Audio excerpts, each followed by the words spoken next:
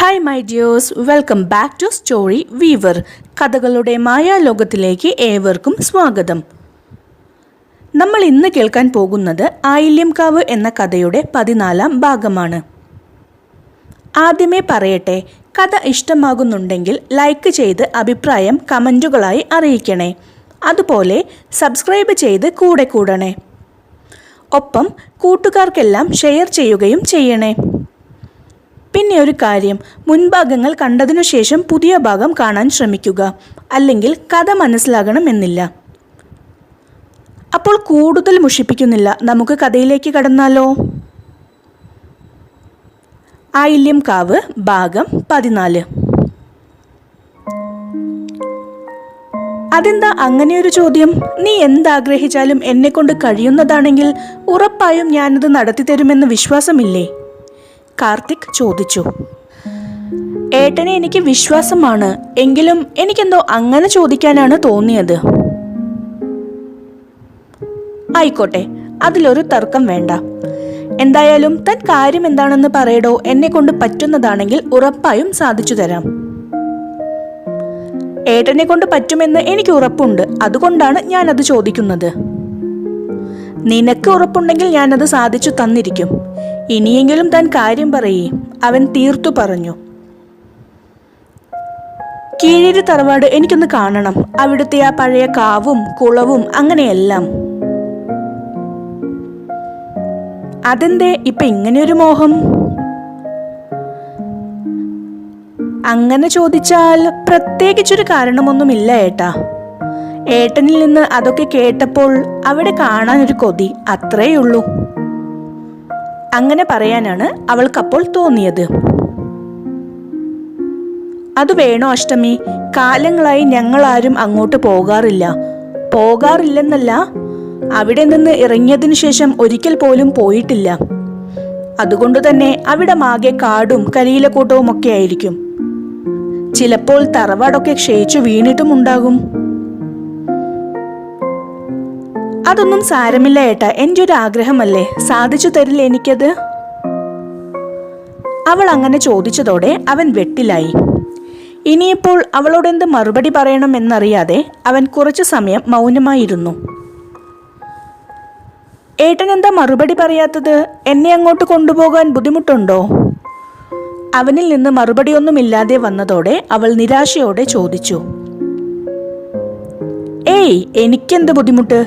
എന്തായാലും നീ ആഗ്രഹിച്ചതല്ലേ, നമുക്കൊരു ദിവസം അങ്ങോട്ട് പോകാം. അവളുടെ നിർബന്ധം സഹിക്കവയ്യാതെ അവസാനം കാർത്തിക് അതിന് സമ്മതം മൂളി. അങ്ങനെയാണെങ്കിൽ ഏട്ടന് വേറെ തിരക്കൊന്നുമില്ലെങ്കിൽ നാളെ തന്നെ നമുക്ക് അങ്ങോട്ട് പോയാലോ? വല്ലാത്ത ആവേശമുണ്ടായിരുന്നു അഷ്ടമിയുടെ ചോദ്യത്തിൽ. നാളെ തന്നെയോ? തൻ്റെ അച്ഛനോടൊക്കെ അനുവാദം ചോദിക്കണ്ടേ? അതുമല്ല, അവിടെയൊക്കെ ഒന്ന് വൃത്തിയാക്കിക്കാതെ ഞാൻ എങ്ങനെ നിന്നെ അങ്ങോട്ട് കൊണ്ടുപോകും? എൻ്റെ അച്ഛനോട് അനുവാദം വാങ്ങുന്ന കാര്യമൊക്കെ ഞാൻ ഏറ്റു. ഇന്നു തന്നെ അച്ഛനോട് ഞാനിത് സംസാരിക്കാം. പിന്നെ നമ്മൾ താമസിക്കാൻ പോകുന്നതൊന്നുമല്ലല്ലോ ഏട്ടാ അങ്ങോട്ട്, അതുകൊണ്ട് വൃത്തിയാക്കിക്കേണ്ട കാര്യമൊന്നുമില്ല.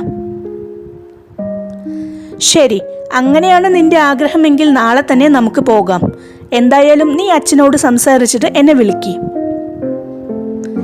അവനത് പറഞ്ഞതും സന്തോഷത്തോടെ അഷ്ടമി കാൾ കട്ട് ചെയ്തു.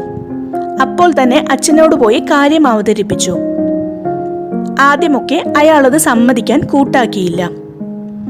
പ്ലീസ് അച്ഛ, ഇങ്ങനെ പറയല്ലേ, കുറച്ചു സമയത്തെ കാര്യമല്ലേയുള്ളൂ. അതുമല്ല, എന്നെ വിവാഹം കഴിക്കാൻ പോകുന്ന കാർത്തിയേട്ടനൊപ്പമല്ലേ ഞാൻ പോകുന്നത്. എങ്ങനെയും അയാളിൽ നിന്ന് സമ്മതം നേടണമെന്ന ഒരൊറ്റ ഉദ്ദേശം മാത്രമായിരുന്നു അവളിൽ അപ്പോൾ ഉണ്ടായിരുന്നത്. അതൊക്കെ ശരി തന്നെയാണ് മോളെ, എങ്കിലും നിങ്ങളുടെ വിവാഹം കഴിഞ്ഞിട്ടില്ലല്ലോ, ആ സ്ഥിതിക്ക്. അതിനിപ്പോൾ എന്താണച്ചാ കുഴപ്പം? അച്ഛനെന്നെ വിശ്വാസമില്ലാഞ്ഞിട്ടാണോ, അതോ? അവൾ ചോദ്യം പാതിയിൽ നിർത്തി. എന്തൊക്കെയാ മോളെ പറയുന്നത്? അച്ഛന് മോളെ വിശ്വാസമില്ലെന്നോ? ഒരിക്കലുമില്ല, എനിക്കറിയാം എൻ്റെ മോളെ. മോൾ ഒരിക്കലും തെറ്റ് ചെയ്യില്ല.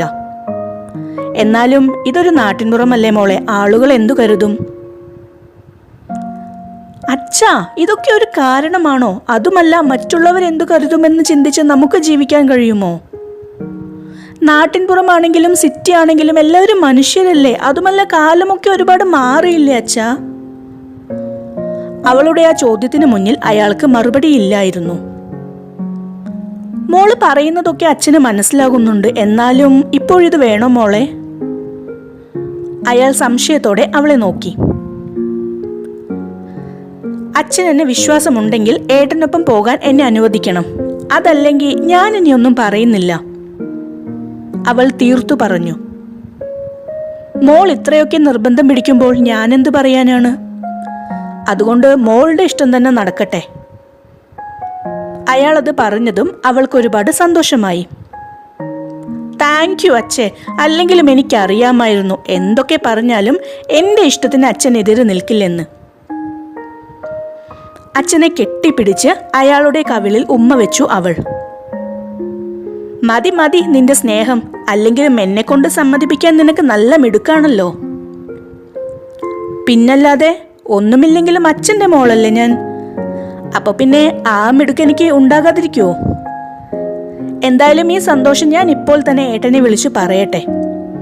അതും പറഞ്ഞവൾ മുറിയിലേക്ക് ഓടി. അനിരുദ്ധനിൽ നിന്ന് വീട്ടിലുള്ള മറ്റുള്ളവരും കാര്യമറിഞ്ഞു. സൗദാമിനി അമ്മയ്ക്കും രജിതയ്ക്കും അതത്ര ഇഷ്ടമായില്ല. അവളെ വിവാഹത്തിന് മുൻപ് അവനൊപ്പം വിടരുതെന്ന് അവർ തറപ്പിച്ചു പറഞ്ഞു. മോന്റെ കൂടെ മോളൊന്ന് പുറത്തു പോയെന്ന് കരുതി എന്ത് കുഴപ്പം വരാനാണ് അമ്മേ? കുറച്ച് മണിക്കൂറുകളുടെ കാര്യമല്ലേയുള്ളൂ, അവർ പോയി വരട്ടെ. അതുമല്ല, ഒരുപാട് ദൂരത്തേക്കൊന്നുമല്ലല്ലോ അവർ പോകുന്നത്. അവരെ അനുനയിപ്പിക്കാനായി അയാൾ ചോദിച്ചു. കുറച്ച് മണിക്കൂറുകൾ എന്നല്ല, മിനിറ്റുകളായാലും അങ്ങനെ പോകുന്നത് ശരിയല്ല. നിനക്കറിയില്ലേ നമ്മുടെ തറവാട്ടിൽ ഇന്നുവരെ ഇങ്ങനെയുള്ള ശീലങ്ങളൊന്നുമില്ലെന്ന്? ദേഷ്യത്തോടെയാണ് സൗദാമിനി അമ്മ അത് ചോദിച്ചത്. ശീലങ്ങളൊക്കെ നമ്മുടെ കാരണവരായി ഉണ്ടാക്കിയതല്ലേ? പണ്ടത്തെ കാലത്ത് അതെല്ലാം എല്ലാവരും അനുസരിച്ചു എന്നു കരുതി ഇപ്പോഴും അതുതന്നെ പിന്തുടരണം എന്നുണ്ടോ? അമ്മ ഇത് എന്തൊക്കെയാ പറയുന്നേ? കാലം മാറിയതൊന്നും അമ്മ ഇനിയും അറിഞ്ഞില്ലേ? കാലം മാറിയെന്ന് കരുതി കോലവും മാറണമെന്നാണോ? കാരണവന്മാരുണ്ടാക്കിയ ചിട്ടയും പതിവും ഒക്കെ എല്ലാവരുടെയും നന്മയ്ക്ക് വേണ്ടിയാണ്. അതുമല്ല, ഇതൊരു പെൺകുട്ടിയാണെന്ന് നീ ഓർക്കണം. എൻ്റെ അമ്മേ, എൻ്റെ മകൾ പെൺകുട്ടിയാണെന്ന് എനിക്ക് നന്നായിട്ട് അറിയാം എന്നു കരുതി അവളുടെ ഇഷ്ടങ്ങളെ ഞാൻ കണ്ടില്ലെന്ന് നടിക്കണോ? ഇല്ല അമ്മേ, ഞാനത് ചെയ്യില്ല. അവൾക്ക് എന്താണോ ഇഷ്ടം അതുപോലെ അവൾ ജീവിക്കട്ടെ. ന്യായമായ ഏതൊരു കാര്യത്തിനും ഒരച്ഛൻ എന്ന നിലയിൽ ഞാൻ അവളെ സപ്പോർട്ട് ചെയ്യും. കാരണം എൻ്റെ മകളെ എനിക്ക് പൂർണ്ണ വിശ്വാസമുണ്ട്. അതുകൊണ്ട് തന്നെ അവൾ കാർത്തിക്കിനൊപ്പം പുറത്തു പോകുന്നതിൽ ഞാനൊരു തെറ്റും കാണുന്നില്ല.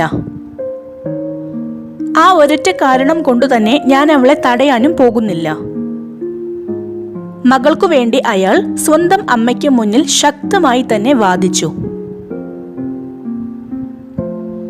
എടാ, അവളെ എനിക്കും വിശ്വാസമാണ്. കാരണം അവൾ ഈ തറവാട്ടിലെ ചോരയാണ്. അരുതാത്തതൊന്നും അവളിൽ നിന്ന് ഉണ്ടാകില്ലെന്ന് എനിക്കുറപ്പുണ്ട്. എന്നാലും ഇല്ലമ്മേ, ഇനി ഇതിൽ കൂടുതൽ സംസാരിക്കാൻ ഞാൻ ആഗ്രഹിക്കുന്നില്ല. അവൾക്ക് പോകാനുള്ള സമ്മതം ഞാൻ കൊടുത്തു കഴിഞ്ഞതാണ്. അതുകൊണ്ട് എനിക്കിനി അത് മാറ്റാൻ കഴിയില്ല. അവർ പോയിട്ട് വരട്ടെ.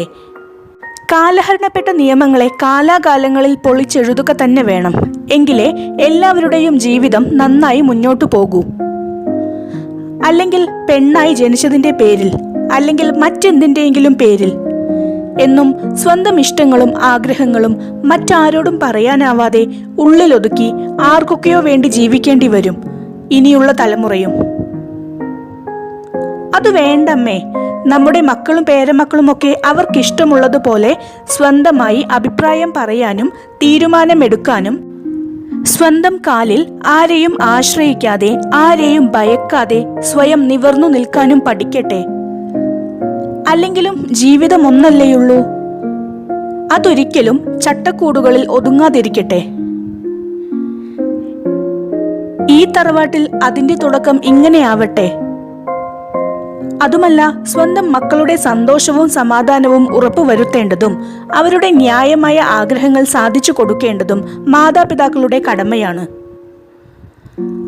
അവളുടെ മുഖത്തെ സന്തോഷമാണ് അമ്മേ എനിക്ക് കാണേണ്ടത്. അതുകൊണ്ട് ഞാൻ അവളെ തടയില്ല. അവളുടെ ജീവിതം അവൾ ആസ്വദിക്കട്ടെ. അത്രയും പറഞ്ഞുകൊണ്ട് മറുപടിക്ക് കാത്തു നിൽക്കാതെ അയാൾ മുറ്റത്തേക്കിറങ്ങി. തൻ്റെ ഇഷ്ടങ്ങൾക്കും ആഗ്രഹങ്ങൾക്കും അനുസരിച്ച് പഠിക്കാനോ ജോലി നേടാനോ എന്തിന് സ്വന്തം ഇണയെ തിരഞ്ഞെടുക്കാൻ പോലും അവകാശമില്ലാതിരുന്ന കഴിഞ്ഞ തലമുറയുടെ ആത്മരോഷവും തൻ്റെ മകൾക്ക് അതൊരിക്കലും ഉണ്ടാകരുതെന്ന വാശിയുമായിരുന്നു അയാളുടെ വാക്കുകളിൽ. അപ്പോഴും ഒരു വലിയ തറവാട്ടിലെ അംഗമായി ജനിച്ചിട്ടും ബാല്യം മുതൽ തന്നെ നേരിടേണ്ടി വന്ന അനുഭവങ്ങളുടെ വേദനയും കയ്പുനീരും കലർന്നിരുന്നുവെന്ന് അവിടെയാരും മനസ്സിലാക്കിയില്ല.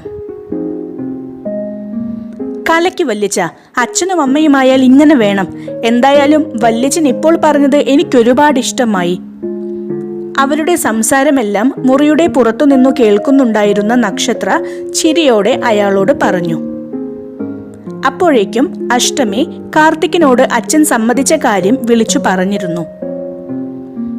അതുകൊണ്ടു തന്നെ അവനും അയാളെ വിളിച്ച് സംസാരിച്ചു. തുടരും. ഇന്നത്തെ ഭാഗം ഇവിടെ നിർത്തുകയാണ് കേട്ടോ. കീഴേരിയിൽ പോകാൻ ഗൗരി അഷ്ടമിയെ അനുവദിക്കുമോ? അവിടെ പോകുന്ന അവരെ കാത്ത് മറ്റെന്തെങ്കിലും അനിഷ്ട സംഭവങ്ങൾ ഉണ്ടാകുമോ? അതൊക്കെ അറിയാൻ കാത്തിരിക്കില്ലേ? കഴിഞ്ഞ ഭാഗത്തിന്റെ ലിങ്ക് ഡിസ്ക്രിപ്ഷൻ ബോക്സിൽ കൊടുത്തിട്ടുണ്ട് കേട്ടോ.